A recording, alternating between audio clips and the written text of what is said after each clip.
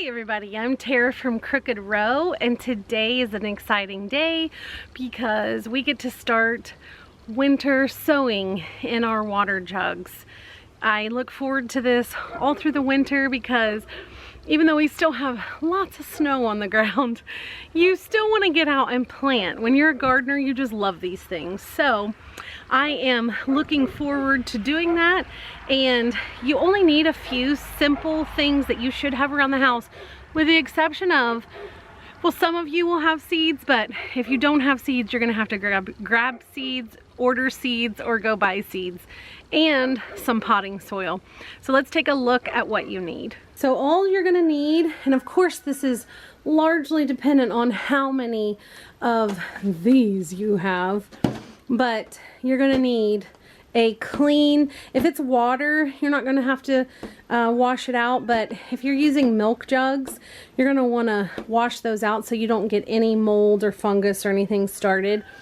A paint pen, you can get these at Tractor Supply or Amazon. Make sure they are, that's a liquid chalk marker, speaking of which, but this is a liquid paint. This is called Paint Writer. It's really, it works so well. It stays on here.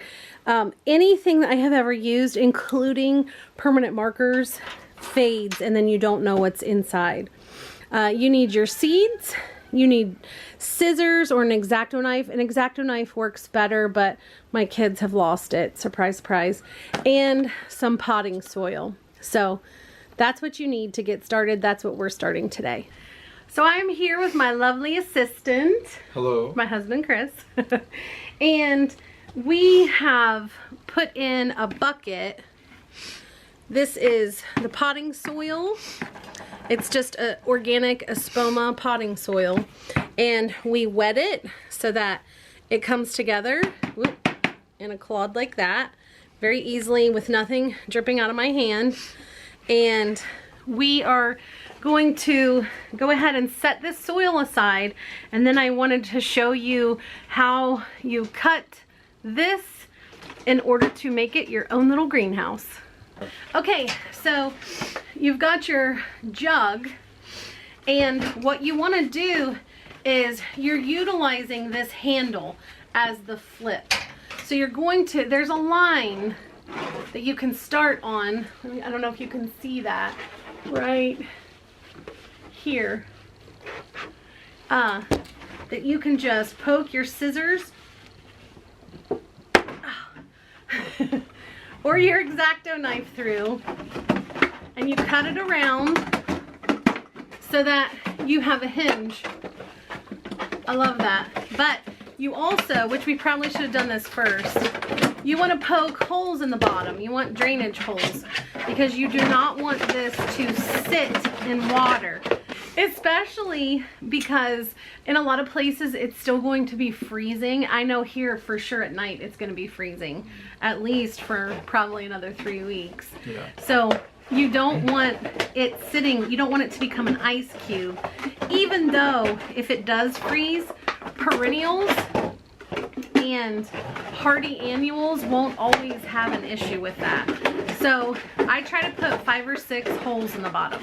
Okay, so Chris and I have a bunch of milk jugs filled, and I have, just to let you know so that you can get some idea for what you would like to do, I have a bunch of, is it chatters or chaters? So I have Salmon Queen, Golden Yellow, Scarlet O'Hara, Double Apricot, Icicle, and Violet. So I want to get, let's see, that is 1, 2, 3, 4, 5, 6. 6 hollyhocks. 1, 2, 3, 4, 5, 6. I have just enough to do all my hollyhocks, and then Chris and I will stop and we're gonna fill some more of these. But after we do our seeds, you're just gonna follow whatever your seed packet says for the actual seed. So like this says, sow, press into soil lightly and cover.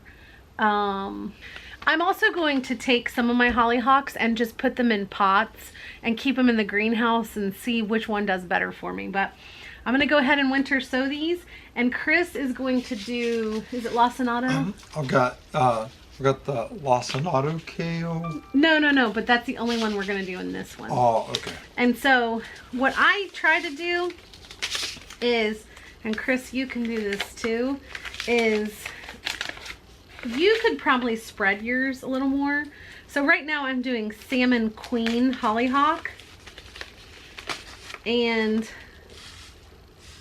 I would just do 1, 2, 3, 4, and then do a 5th one in the middle. So it's 1, 2, 3, 4, 5. And you can kind of see like the squares that you could cut out. But I'm also going to double sew it just in case one fails. And you will not want to seed these all at once, because you're not going to know what is what unless you ahead of time use your paint pen and you put, I try to do at least one side, but to be honest, I try to do it on another, just in case it fades, although I have never had it fade with a paint pen. And then you're just going to screw off the lid, because you do want rain and things to come through there.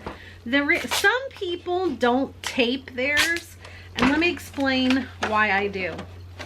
We can tend to get a tremendous amount of wind at times, and I watched on Ryan Hall, y'all, that we actually are expected to get tons of windstorms. So I like to try to keep these lids closed, because the whole point is that you're creating a little greenhouse environment. So you can do all one big tape, but I kind of like to keep assessing to make sure it's not overlapping or there's too big of a gap.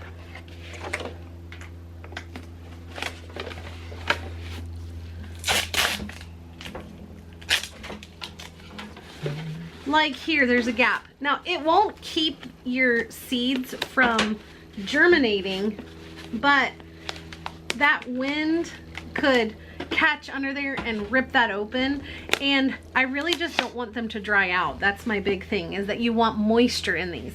So that is done and ready to be sat outside, which we'll set all of these outside after we're all done.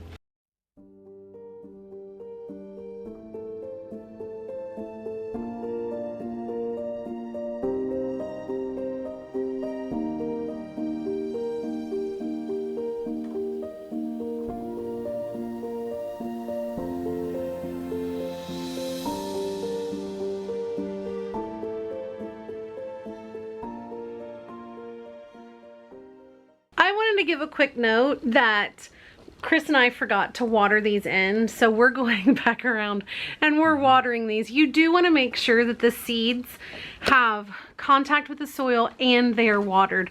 I know it's winter and you don't want to overwater them, but just to make sure that all of this goes the way it's supposed to, you do want to water them in. So that we would have room, Chris and I are doing these in like 2 or 3 waves, and we just did all the hollyhocks and some kale, but now I'm going to mix more potting soil and water so that we can start our new wave of water jugs.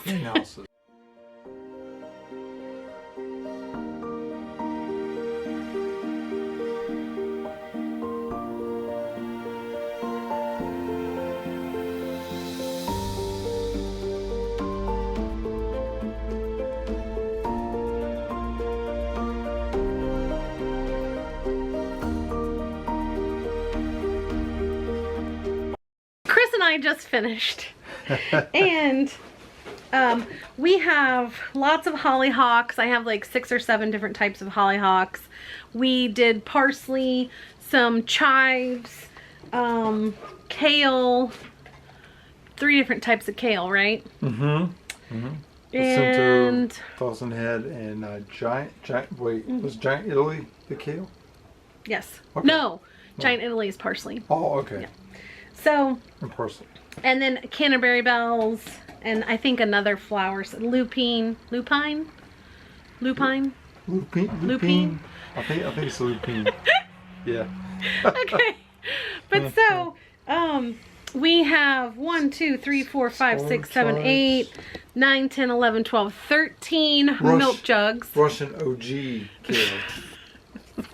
Silly. White Russian OG kale. And we are going to place these right outside the greenhouse. What I'm going to try to do is we get like north winds. So we're going to put these at the southeast corner of the greenhouse so that they still get plenty of sun, but they also are blocked from the winds because high wind, and a lot of wind can tend to dry these jugs out. So we're going to go ahead and place those now.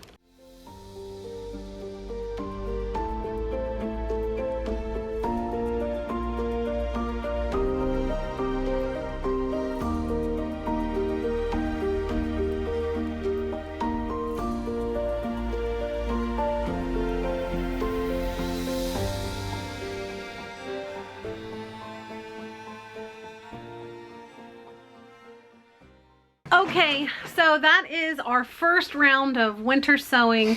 My brother likes to call it hillbilly greenhouses, which is so silly. But it is the perfect way, especially if you don't have a greenhouse like we do. It is the perfect way to start perennials and hardy annuals. I know I've had a lot of people in the past ask me what seeds to start. Again, this is dependent upon your zone too. I'm in zone 6. So in January and February, only perennials and hardy annuals. As you get into March and April, you can start to do the other things too. And it just gives you a jump on what you can put out in your garden. So some people just like to go ahead and direct sow, but I think it's awesome. So we are very, very cold. So this is not a heated greenhouse. Make sure and water your jugs in because we were forgetting and we're having to open them back up. Some people do. Actually, my gardener the other day had a really great thing on winter sowing, and he was showing where if you live in a place that has a lot of wind or you are fearful that it will dry out, he took one of those tall, they're almost squarish jugs and they're tall, and he cut the top out and then inverted it once, and then all the water that comes will go right into it. Because if you have those drainage holes, you actually don't have to worry about how much water it's getting because it'll drain right out. So I feel like that was really brilliant, and maybe next time I'll go ahead and I'll do one of these water jugs like that. The only difference is I will have to I'll have to think that through, and then I'll show you guys, because I don't know that we have access to the kind of jug that he did, but it's in my gardener. He's great. So I don't put any fertilizer or anything in it. If we get late into the season and I'm not ready to do anything with them yet, I'll fertilize them. I'll just give them a shot of liquid fertilizer, but I don't put compost or anything. It's just the potting soil, water, your seed, that milk jug, label, label, label. Use a paint pen. The paint pen is so important because how many years did we use permanent markers and they faded, didn't they? Yeah. And you do it darker or really, really fat letters, it still fades. So the paint pen is really important too, so you know what's what. So, okay, well, hopefully in a few weeks from now, or maybe a couple weeks from now, we're gonna do another one. And we'll take you guys along just so you can see how we successively do these, and slowly but surely also adding more seeds that we can actually do in the winter sowing. But I would say 13 or 14 is enough for today, and we're gonna go in and make dinner. So remember, if we can winter sow, anybody can. Thanks. Bye. Bye.